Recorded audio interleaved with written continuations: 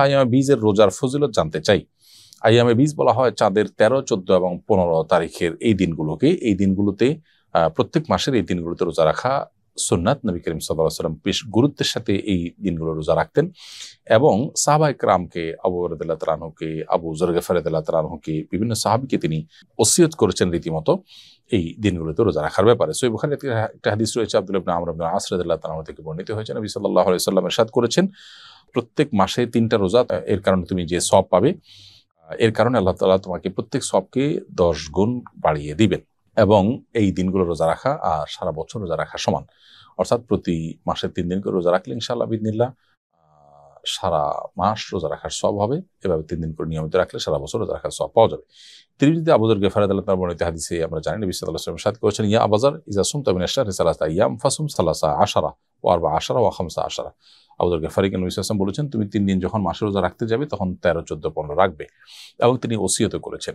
এজন্য এই দিনগুলোতে রোজা রাখা জরুরি। এছাড়া রুকিয়া বিশেষজ্ঞগণ তারা বলেন যে সেহের, ব্ল্যাক ম্যাজিক আজকাল ঘরে ঘরে মানুষ এটা দ্বারা আক্রান্ত। এটা থেকে আত্মরক্ষার জন্য আইয়ামে বীজ রোজার বিশেষ উপকারিতা রয়েছে, এর বিশেষ সুফল আছে। এই জন্য চাঁদের 13, 14, 15 এই দিনগুলোতে আমাদের রোজা রাখতে সচেষ্ট হওয়া উচিত। স্বাস্থ্যের জন্য এটা ভালো মাঝে মধ্যে রোজা রাখাটা। অতএব সেই দিক থেকে আইয়ামে বীজের রোজা রাখার অভ্যাস আমাদের করতে হবে। আমি ইন্ডিয়া থেকে বলছি, আমার স্ত্রী আমার কোনো কথা শোনে না, সে আপনার লাইভের নিয়মিত শ্রোতা, তাকে কিছু উপদেশ দিন। ভাই, স্ত্রীকে এবং আপনাকে উভয়কে আমি উপদেশ দিচ্ছি, আল্লাহকে ভয় করে চলুন। যে বোন লাইভে আছেন সেই বোনকে বলবো যে স্বামীর কথা মেনে চলা এটা আপনার কর্তব্যের অংশ। যতক্ষণ পর্যন্ত স্বামী আপনাকে অন্যায় কিছু করতে না বলবেন ততক্ষণ পর্যন্ত স্বামীর কথা আপনি মেনে চলবেন। নিজের মনের বিরুদ্ধে, ইচ্ছার বিরুদ্ধেও যদি আপনি কাজটি করেন, ইনশাআল্লাহ বিইذনিল্লাহ আল্লাহ তাআলা আপনাকে বিনিময় দান করবেন।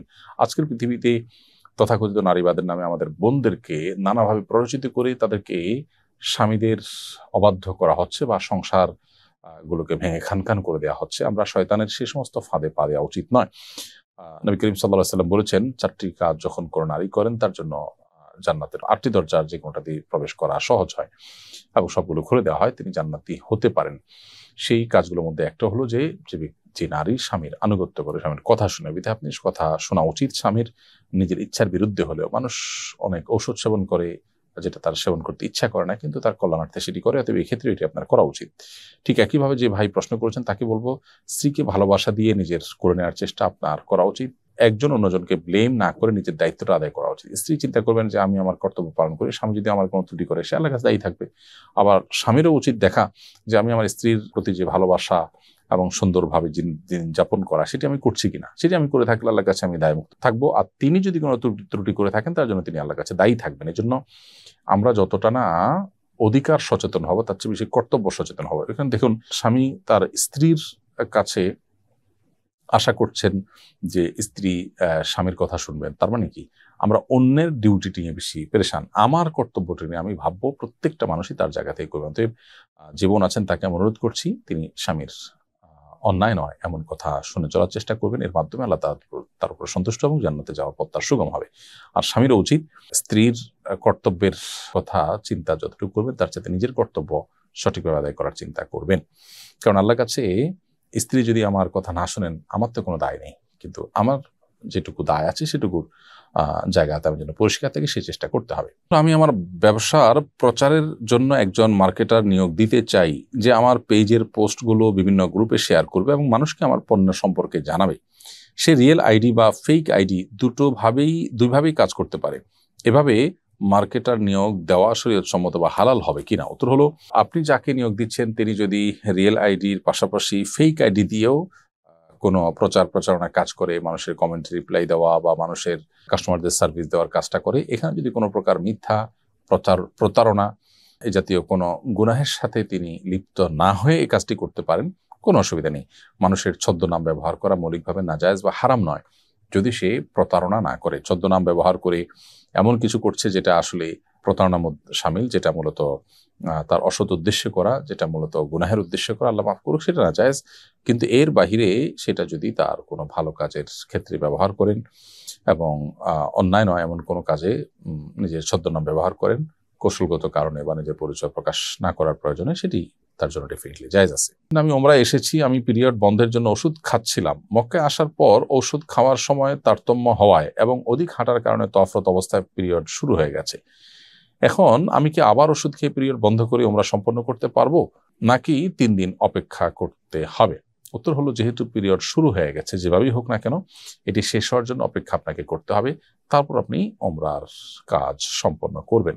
বরং আপনি ওষুধ খেয়ে এখন বন্ধও যদি করেন, সেক্ষেত্রে এটা স্বাভাবিকভাবে পিরিয়ড বন্ধ করা হবে না, বরং পিরিয়ড বন্ধ হওয়ার জন্য আপনাকে অপেক্ষা করে তারপরে আপনার ওমরার নতুন করে তওয়াফ সাই করতে হবে। এহরাম পরেছেন, তখন আপনার পিরিয়ড ছিল না বা ছিল, তাতে কিছু আসে যায় না। এখন পিরিয়ড শুরু হয়ে গেছে, আপনি হোটেলে অপেক্ষা করবেন, পিরিয়ড শেষ হবে, তখন ওমরার যে কার্যক্রম তওয়াফ সাই এগুলো শেষ করে ওমরা শেষ করবেন। নামাজে মনোযোগ ধরে রাখার জন্য পরস্পর পরামর্শ কামনা করছি। বোন আয়েশা ইসলাম, নামাজে মনোযোগ ধরে রাখার জন্য অনেকগুলো উপায় আছে। তার মধ্যে একটা হলো নামাজের ডিউরেশন বা সময়সীমা বাড়িয়ে দেওয়া। আপনি যেই নামাজ পড়তে 2 মিনিট বা 3 মিনিট লাগছে আপনার, সেই নামাজ পড়তে আপনি ডাবল সময় 5 থেকে 6 মিনিট 7 মিনিট ব্যয় করুন। যে নামাজ পড়তে আপনার 10 মিনিট লাগছে, 4 রাকাত বিশিষ্ট নামাজ, সেটা পড়তে আপনি 15 মিনিট লাগানোর চেষ্টা করুন। ইনশাআল্লাহ দেখবেন নামাজের প্রতি মনোযোগ বাড়ছে। রুকুতে আপনি সচরাচর যে পরিমাণ সময় দেন তার চেয়ে বেশি সময় দেওয়ার চেষ্টা করেন। রুকু থেকে উঠে যে পরিমাণ অপেক্ষা করেন তার চেয়ে বেশি অপেক্ষা করেন। এভাবে আপনার নামাজের সময়সীমাকে বাড়িয়ে দিলে ইনশাআল্লাহ বিদিনিল্লাহ আপনার নামাজের প্রতি মনোযোগ বাড়বে। দ্বিতীয়ত, নামাজে যে দোয়া, জিকির এবং আল্লাহর কাছে যে সমস্ত নিবেদনগুলো আমরা পেশ করে থাকি, সেগুলোর বাংলা অর্থ যদি আমরা বুঝি এবং সেদিকে খেয়াল করার চেষ্টা করতে পারি, ইনশাআল্লাহ নামাজের মনোযোগ ধরে রাখা সহজ হবে। সিজদা অবস্থায় ফ্লোর থেকে পা উঠে গেলে নামাজ কি ভেঙে যাবে? উত্তর হলো, নবী করিম সাল্লাল্লাহু আলাইহি ওয়াসাল্লাম বলেছেন, উমিরতু আন আসজুদা আলা সাবআতি আযম, আমাকে 7টি অঙ্গের উপর সিজদা করতে আদেশ করা হয়েছে। অতএব আস-সুন্নাহ ফাউন্ডেশন, উম্মার স্বার্থে সুন্নাহর সাথে।